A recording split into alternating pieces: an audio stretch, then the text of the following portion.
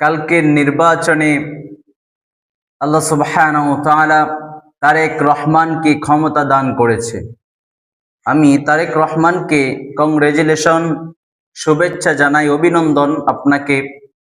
আল্লাহ সুবহানাহু ওয়া তাআলা একটা দেশের ক্ষমতা আপনার হাতে তুলে দিয়েছে। আপনাকে বাংলাদেশের লিডার হিসাবে আল্লাহ সুবহানাহু ওয়া তাআলা নির্বাচন করেছে। কিন্তু আপনি যদি মনে করেন দেশের ক্ষমতা পেয়ে ওই স্বৈরাচারী মতন আমাদের উপরে আপনি নির্যাতন করবেন, তাহলে আল্লাহ সুবহানাহু ওয়া তাআলা যে ক্ষমতা আপনাকে দিয়েছে সেই ক্ষমতা আপনার কাছ থেকে ছিনিয়ে নিতে পারে। আপনি সবসময় মনে রাখতে হবে, আপনার বাবা ভালো ছিল, আপনার মাও ভালো ছিল। কিছুদিন আগেই আপনার মা মারা গিয়েছে। এখন আপনাকেও অনেক বেশি ভালো হতে হবে। কেন? যেন আপনার মায়ের কথা আমরা স্মরণ করি, আমরা যেন আপনার বাবার কথা স্মরণ করি, আমরা যেন আপনার মাকে, আপনার বাবাকে ভুলে না যাই আপনার আচরণের কারণে। আপনি ক্ষমতা পেয়েছেন, দেশের উন্নয়ন করবেন, গরিবদের উন্নয়ন করবেন। যেই নারীগুলো স্বামীকে হারিয়েছে তাদেরকে আপনি দেশ থেকে সহযোগিতা করবেন, আপনি গরিবদের পাশে দাঁড়াবেন। রাস্তাঘাট আপনার সাধ্যমতো আপনি সুন্দর করবেন। এই দেশটাকে আপনি সুন্দর ইসলামিক দেশে রূপান্তরিত করেন। আমরা আপনার সঙ্গে আছি, আপনার জন্য আমরা দোয়া করব, আপনার বাবার জন্য, সকলের জন্য দোয়া করব। জামাতকে যে আমরা ভালোবাসি না এটাও নয়, বিএনপিকে ভালোবাসি না এটাও নয়। যারাই ভালো তাদের জন্যই আমাদের অন্তরে ভালোবাসা আছে। এই ভালোবাসা হাসনাত আব্দুল্লাহ ভাই দেখিয়ে দিয়েছে। 116টি আসনে একটা আসন ফেল করে নাই, একটা আসনেও সে ফেল করে নাই, সবটিতে পাশ করেছে বিপুল ভোটে।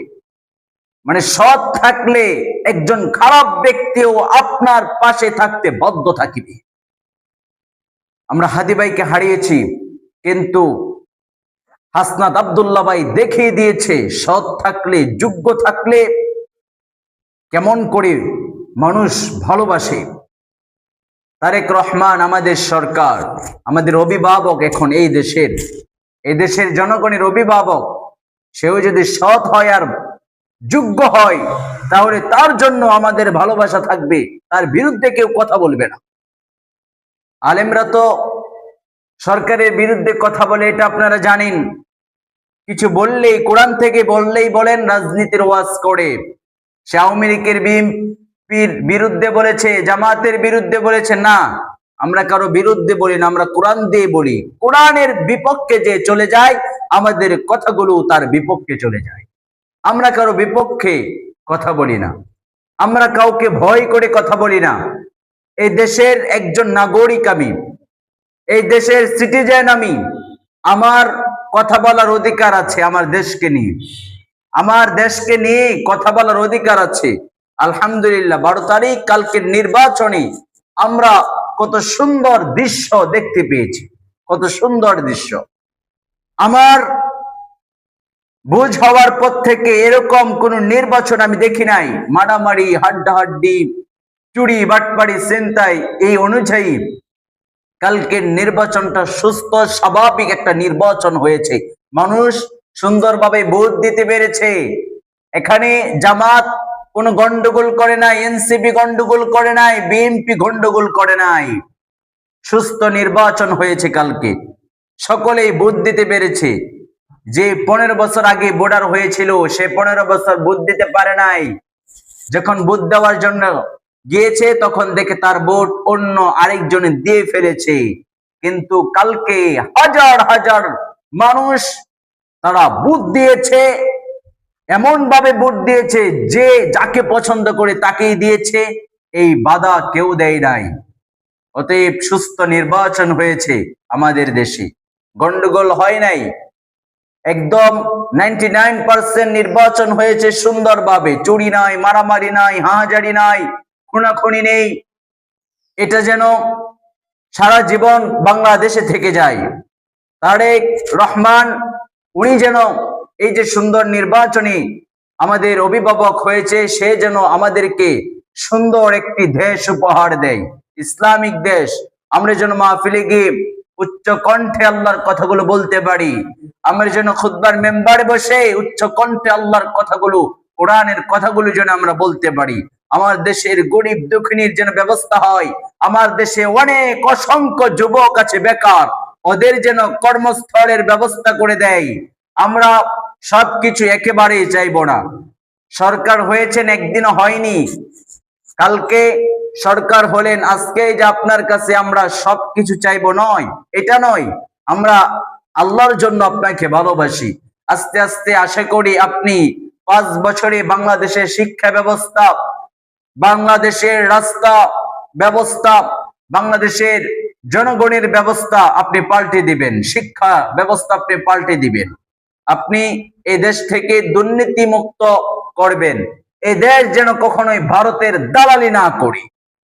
স্বৈরাচারী যদি থাকতো তাহলে এতদিন বাংলাদেশ আর বাংলাদেশ থাকতো না, ভারত হয়ে যেত। স্বৈরাচারী অনেক কিছু দেখিয়েছে, কিন্তু অনেক অত্যাচার করার পরে আমরা কেউ তাকে মনে রাখি নাই, কেউ তাকে শ্রদ্ধার সঙ্গে মনে রাখে না। তার বাবার নাম বাংলাদেশের ইতিহাসের পাতা থেকে মুছে গিয়েছে। তার বাবাকে কেউ আর স্মরণ রাখবে না, কোন বইয়ে তার বাবার নাম থাকবে না। বাংলাদেশের পৃথিবীর মানচিত্র থেকে নৌকা নামের কোন মার্কা, শেখ মুজিব নামের কোন ব্যক্তি, এটা ইতিহাসের পাতা থেকে মুছে গিয়েছে। আমরা চাই আপনি সামনে দিন সুস্থ স্বাভাবিকভাবে সুন্দর দেশ গড়ুন, আমরা আপনার সঙ্গে আছি। শুধু তাই নয়, আপনি মাথায় রাখবেন আপনার দ্বারা যেন কোনো খারাপ কাজ না হয়, দুর্নীতি না হয়। আপনার যে এমপি দুর্নীতি করবে তার বিরুদ্ধে আপনি অ্যাকশন নেবেন। আপনার যেই জনগণ চুরি করবে তার বিরুদ্ধে অ্যাকশন নেবেন। আমি মেহেদি হুজুর, আমিও যদি চুরি করি, জিনা করি, তাহলে আমাকেও আপনি জিনা করলে মেরে ফেলতে পারবেন। আমি চুরি করলে আপনি আমার হাত কেটে দিবেন। ইসলামে যে আইন রয়েছে সেই আইন আপনি আমার প্রতি প্রয়োগ করুন, এতে কোনো সমস্যা নাই। কিন্তু বাংলাদেশকে এক দুর্নীতি মুক্ত করতে হবে, বাংলাদেশে শান্তি বজায় রাখতে হবে। যদি রাখেন তাহলে শ্রদ্ধার সঙ্গে আমরা আপনার মা কে স্মরণ করব, আপনার বাবাকে স্মরণ করব, তাদের জন্য, তাদের মাগফিরাতের জন্য দোয়া করব, এবং আপনার জন্য অসংখ্য দোয়া। আপনাকে কংগ্রেচুলেশন জানাই। আল্লাহ সুবহানাহু ওয়া তাআলা যে ক্ষমতা দিয়েছে সেই ক্ষমতা যেন পেয়ে আপনি সুন্দরভাবে দেশ পরিচালনা করতে পারেন।